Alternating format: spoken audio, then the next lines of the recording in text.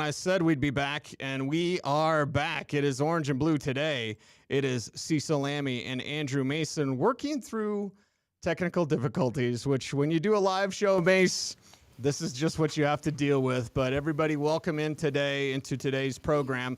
And I really wanted to take today to talk about John Elway. You had written about it plenty at denversports.com when the news broke yesterday, right after the show.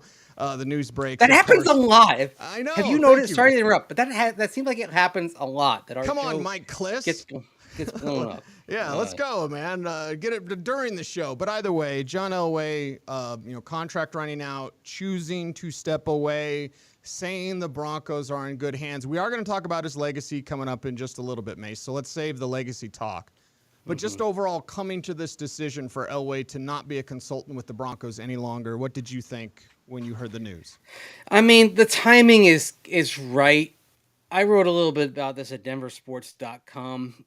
Really, he was given the chance for a soft glide out the door that, frankly, not everybody in football gets, even those who have legendary status, right? I mean, the one I always like to say, and I put it in the story, was that Paul Brown got fired, shown the door by the team that was literally named after him, the Cleveland Browns. I mean, there's a reason why Jerry Glanville said this game is NFL, not for long. And so there was an ugly way to do this, and then there's the way that John Elway went out. Kind of this staggered departure over a little over 2 years. First, the meetings with Joe Ellis back in December of 2020, which led to him stepping away from being the general manager. And he spent that year as president of football operations. Then the year in which he was a consultant as the Broncos went through the sale process and ultimately were sold to the Walton Penner Group. And then finally, as the Walton Penner Group settles in, cutting the cord. This, timing-wise, it just feels like this is the right time as the Broncos go into a new era with new management. And Elway gets to, I think, enjoy the spoils of his labor all these many years. He turns 63 this year, of course, and I think now he can kind of sit back and marinate in the accomplishments of his football life, while the Broncos they go in a new direction. And I think it's as, honestly, Cease, I think this is as good a departure as Elway could have realistically hoped for, short of the dream of winning it all at the end. I think this is a very dignified and gradual stair-step way to the exit door. And it's not something that many are afforded in the National Football League, as you've highlighted at denversports.com. And John Elway steps away, and to get into his legacy talk, because it's all interwoven, Mace. Like, as much as I have it segmented over here on the left, like it's all interwoven. Should he have maybe stepped down after Super Bowl 50? Went out on top again like he did as a player. I think that's the debate fans will think of. But when we think of legacy with John Elway, there is no doubt the greatest Bronco of all time. Yes. And, the GM stuff will be an afterthought, a footnote, what have you. The stuff after Peyton Manning, the stuff after Super Bowl 50, all that will be forgotten essentially. But his play, I think, and I know Tom Brady broke my spirit because all the damn Super Bowl rings, but I feel from a physical standpoint, John Elway's the greatest quarterback that we've ever seen in this game.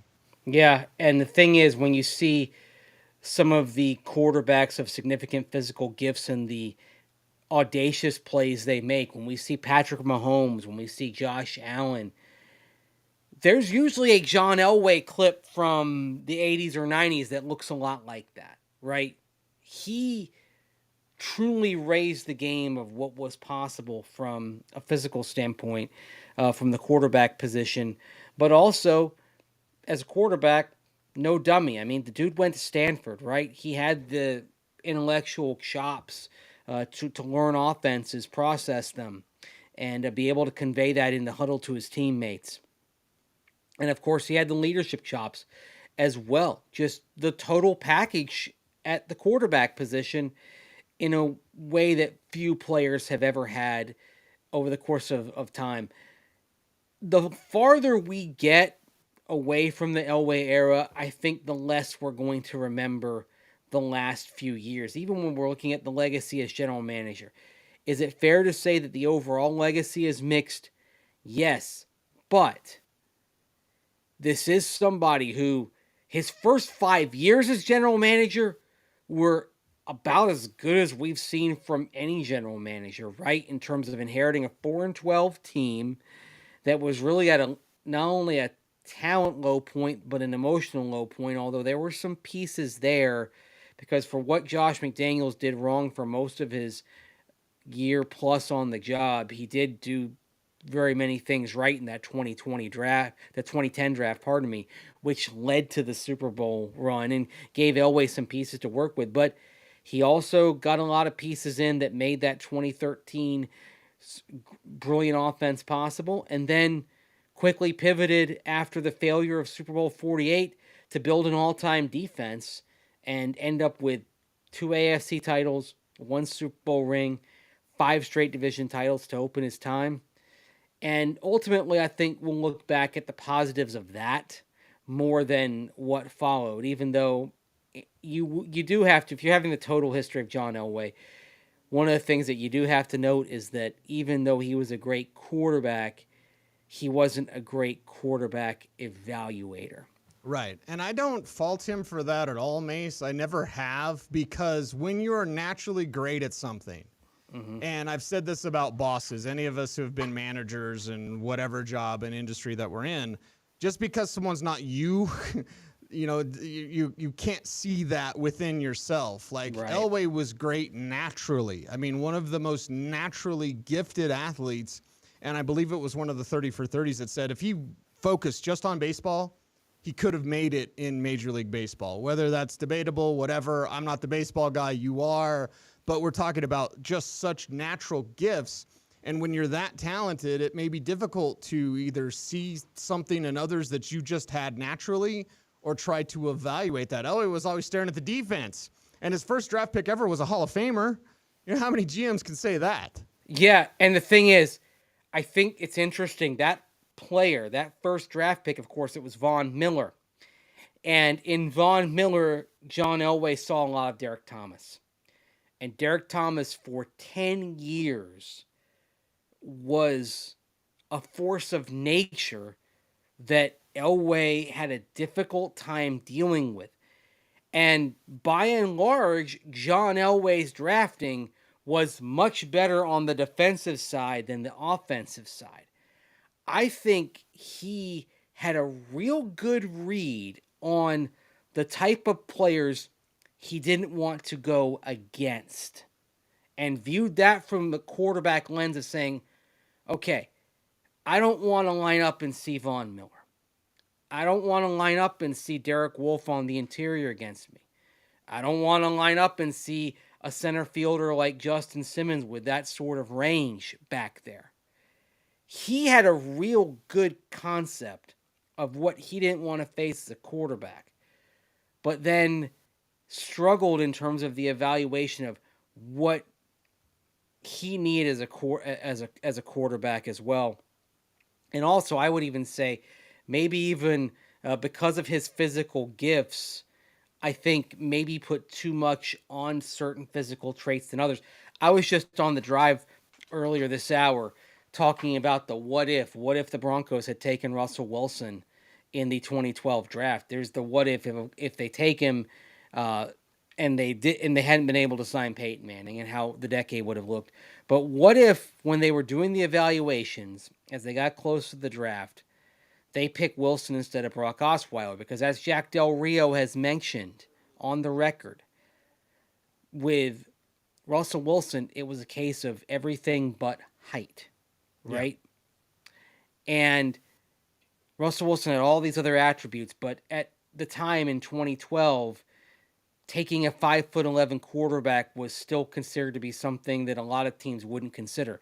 Now, if Russell Wilson, the prospect out of Wisconsin was in today's draft, we'd be talking about him being a potential number 1 overall pick. What's funny about that, Mason, I times don't have mean to cut changed. you off, but like you and I were there at the combine when John Elway had his first combine as a GM. He didn't talk to the media, but he talked to us. And there was a very small group. It was like Kliss, Leggy, me, you, and one other national reporter, Vic Carucci. Yeah. And Elway talked about how his father, Jack, and him would watch Drew Brees at Purdue, and how Jack Elway, such an incredible influence on his son, John Elway, loved Drew Brees. So, and I know that year they liked Brock, they liked Nick Foles, and they liked Russell Wilson. It's the reason why I asked Russell Wilson if he wanted to come to Denver and back up Tim Tebow. 2 tall quarterbacks and 1 short one. And 1 short one. And the short one ended up better than all of them by far. But it's perplexing to me because of what John shared with us in that personal story about how much his father loved Drew Brees at Purdue when Drew Brees was seen as, he's the short guy, and then was the number 1 pick in the second round? Yeah, exactly. Back in the 2001 draft. And I believe that was actually the last draft of which Jack Elway was a part of the preparation process. And Drew Brees was 6 foot, 6.5 feet, and maybe, and we know what he became. The other thing on Brock Osweiler, I mean, there was some thought that, all right, he's raw. If you mold him over time, boy, what could he become? Because he only had the 1 year as a starter at ASU, and he was a guy who played a lot of basketball in high school. He came out early from ASU because they had a coaching change, didn't know what the offense was going to look like. I mean, they basically gambled on the upside rather than somebody who had been a prolific quarterback for 4 seasons with plenty of pro-style traits, but he just happened to be 5'11", and it's one of those what ifs, because if the Broncos draft Russell Wilson, even if they have Peyton Manning, first of all, that means he's not a Seattle Seahawk. So you get to Super Bowl 48, you're not going against that Seahawks defense, because as great as they were, if you had Matt Flynn leading that Seahawks team and not Russell Wilson, that's not a Super Bowl winning team. No. It just isn't. It's not a team that gets there. So you've changed that. You've changed how 2015 looks, maybe, because if Russell Wilson had gotten in there and done what he did when he came in for Seattle, put it this way, I don't think there's a moment where Peyton Manning's coming back off the bench in Week 17 like he did against the Chargers. Russell Wilson would have kept that job. I mean, who knows how different things would have looked. What we know the last few years would have looked different as well. Maybe not a Super Bowl win, but I don't think you would have seen the Broncos fall off the cliff of relevance in the way that they did. But there's that. There's the what if. What if Dallas is able to make the trade up for Paxton Lynch and the Broncos don't get him? And the Broncos draft Dak Prescott. Yes. And even if they don't draft Dak Prescott, they're not tethered to the failure of that draft pick in 2016. And so in 17 and 18, both what turned out to be better quarterback classes, you're thinking more about a quarterback. The Elway legacy, I think the other thing you have to talk about is he did, when viewing it in terms of viewing quarterbacks, he did have something of a traditional view. Do you remember in 2019 when he had his press conference, and he talked about how he believed that a quarterback needed to be able to operate under center, could not purely be a shotgun quarterback, and that short quarterbacks need to operate in the shotgun.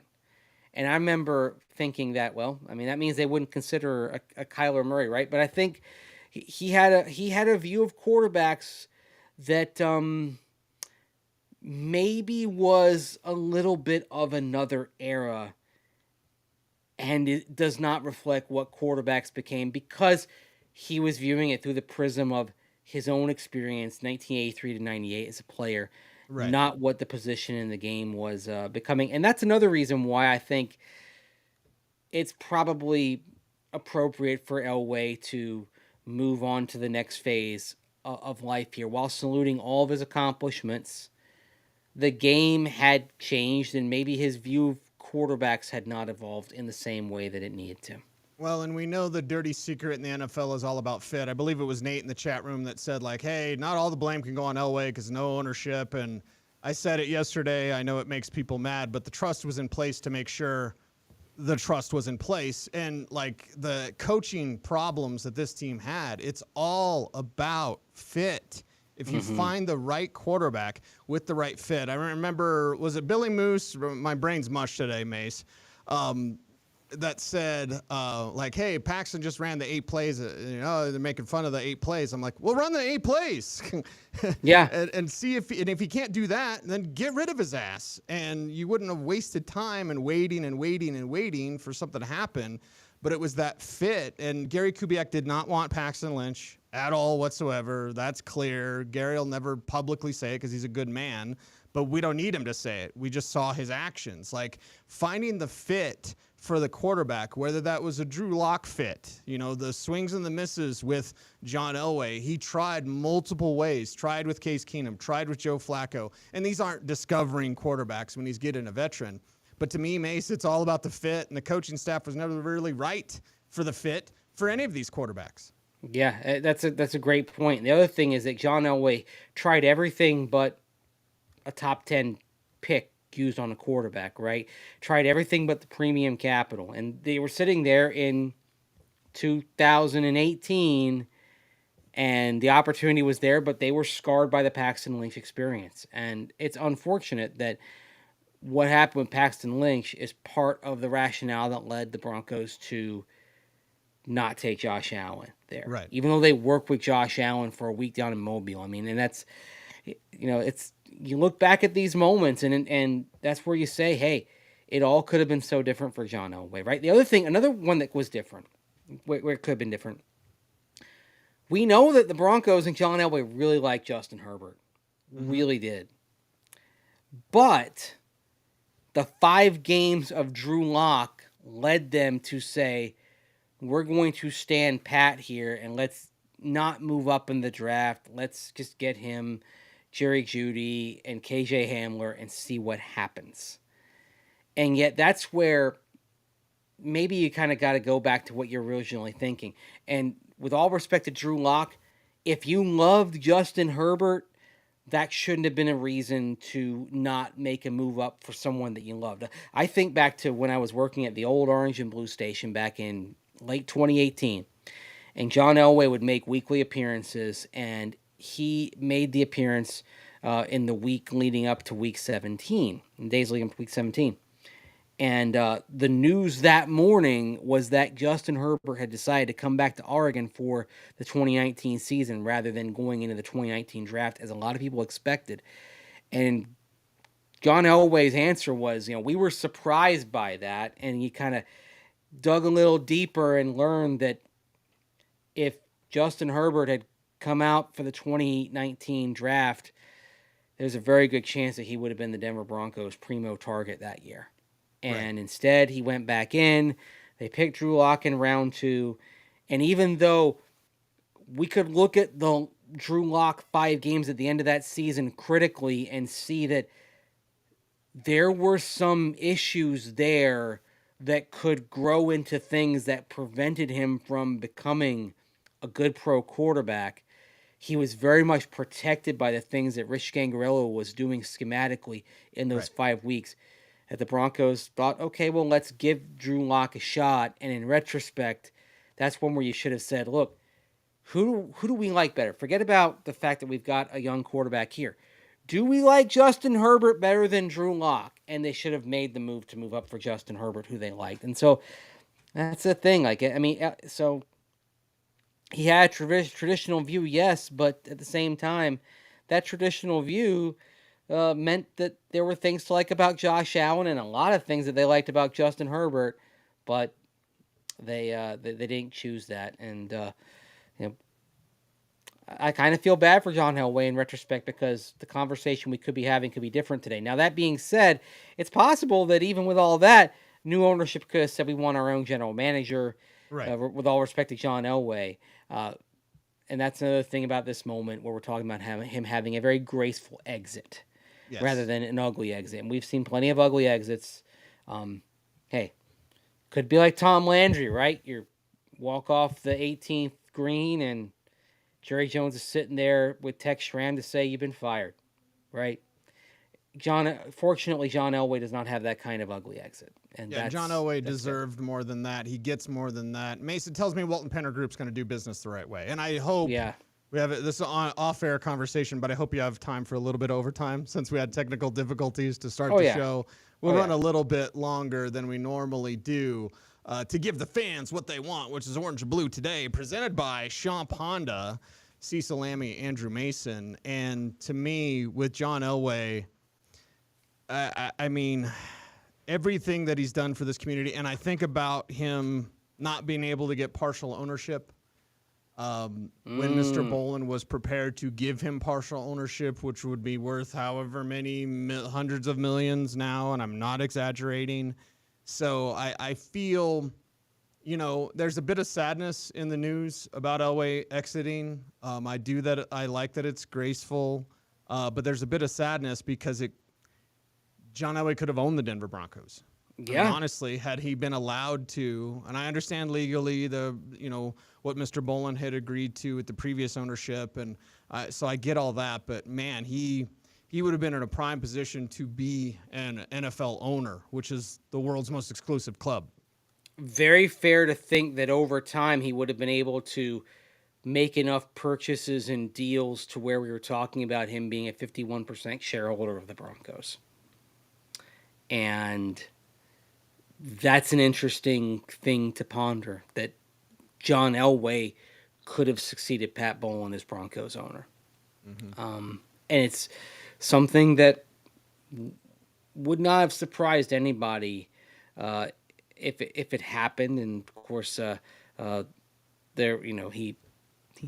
turned down that chance. And there were some cap issues as well. That's the kind of thing it would have been difficult to pull off. And now you see Peyton Manning trying to kind of build up the net wealth to maybe become the first quarterback turned owner. And now late Jerry Richardson actually was a player turned owner, played for the Baltimore Colts, eventually owned the Carolina Panthers and started them expansion. But yeah, Elway's legacy is one to be celebrated, but you can't help but think about how things could have been different, and those moments, whether it's the moment where you're talking about having the chance to get a share of the team, to the moment of drafting Brock Osweiler over Russell Wilson, to the moment of making the trade for Paxton Lynch. I mean, there are all these mileposts that maybe like 4 or 5 moments that if you could have reversed it, we're having a different, a completely different conversation today than we're having right now, where we're talking about the good and the bad. And ultimately, I think we'll remember the good because for sure it's a heck of a legacy that he leaves behind. Nobody more important to the Denver Broncos, nobody more responsible for making the franchise into the national brand that it became, the successful brand it became. Nobody is more responsible for that than John Elway, period. And for that, he deserves a tip of every cap that we can find, and the everlasting thanks from Broncos country for what he did all these many years. Everyone needs to give him a big mile-high salute for one John Elway. And here on Orange and Blue today, we certainly salute John Elway, and just greatest Colorado sports figure of all time. We are about ready to see perhaps Nikola Jokic get 3 MVPs in a row, right? And taking nothing away from him or any of the great Colorado Avalanche or Colorado Rockies or even other Denver Broncos that have played. John Elway is the king of Denver, and Mace, I believe he always will be. He's our Michael Jordan. Whereas Chicago sports has a wealth of history. Yeah. But Jordan and the Bulls in the day, like, that was everything. And I think John Elway's Broncos in this city will forever be remembered as the best of the best. I agree. And then, even though the last few years weren't great, to add another layer to that legacy by coming back as general manager and guiding the team to a Super Bowl. I mean, it's a unique legacy in NFL history of being able to reach the apex as a quarterback and reach the apex as an executive. You think of how many great players over the years tried that, right? Whether as a coach or whether as a GM. You think about the late Bart Starr, who led Green Bay to 5 world championships, 2 Super Bowls, 3 NFL championships in the 60s, and then was head coach, GM, VP for 9 years and could never get the Packers moving. And you look at Mike Singletary, a great Chicago Bear, legend as a coach, couldn't quite make it happen, even though he left us with that great speech. Cannot play with him, cannot win with him, cannot coach with him, can't do it. Can't do it. Yeah. John Elway pulled it off. And actually, it's funny to think about, okay, is there anybody similar? One of the few people who was similar in another sport happens to be here in Denver, and that's Joe Sakic. Right.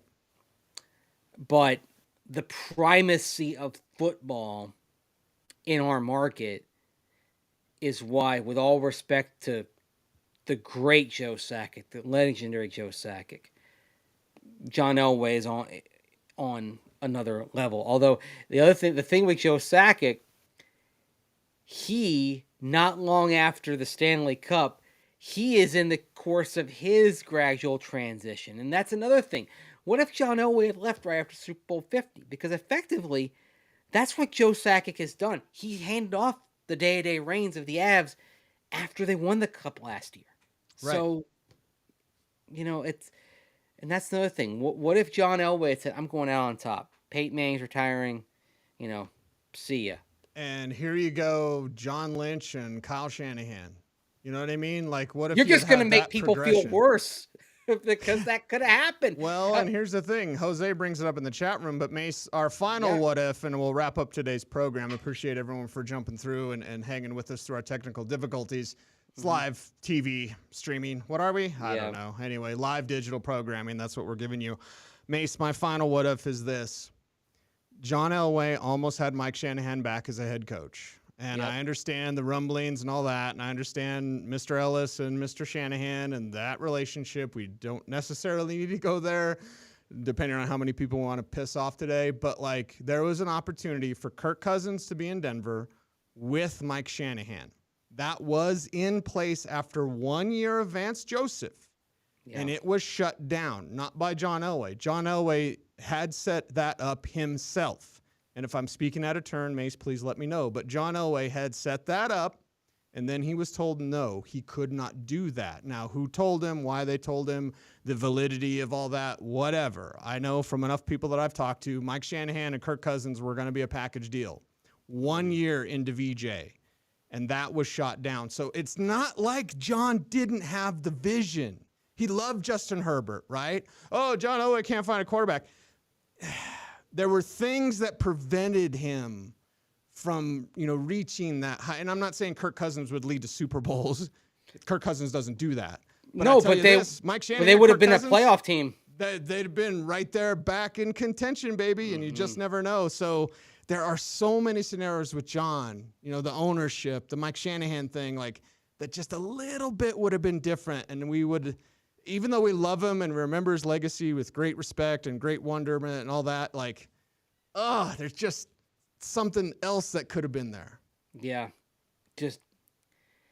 It's like we look back on all of our own lives and we think about the choices we could have made.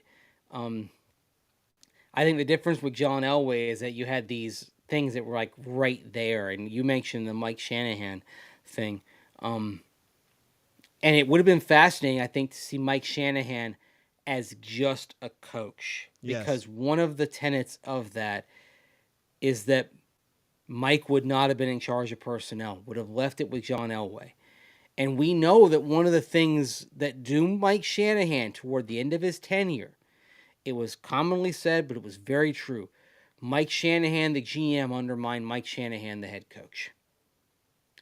Because so many personnel moves were made with a short-term thinking, a quick fix mentality, whereas the general manager was thinking more the long run. And John Elway used to say it's about winning from now on.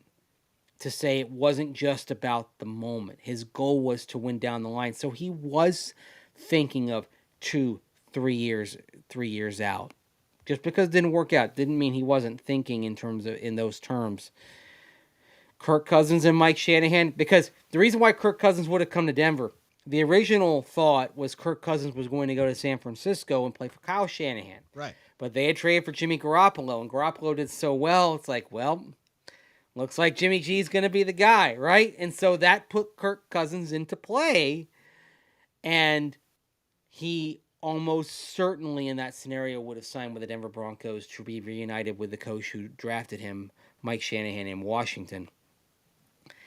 And yeah, a Super Bowl, I don't know and don't think that would have happened, but this complete loss of relevance that led the Broncos to a very desperate spot last offseason, that wouldn't have happened either. And yeah, we are probably still talking about John Elway being the general manager, or at minimum, Elway's successor being somebody who came from within and not from outside.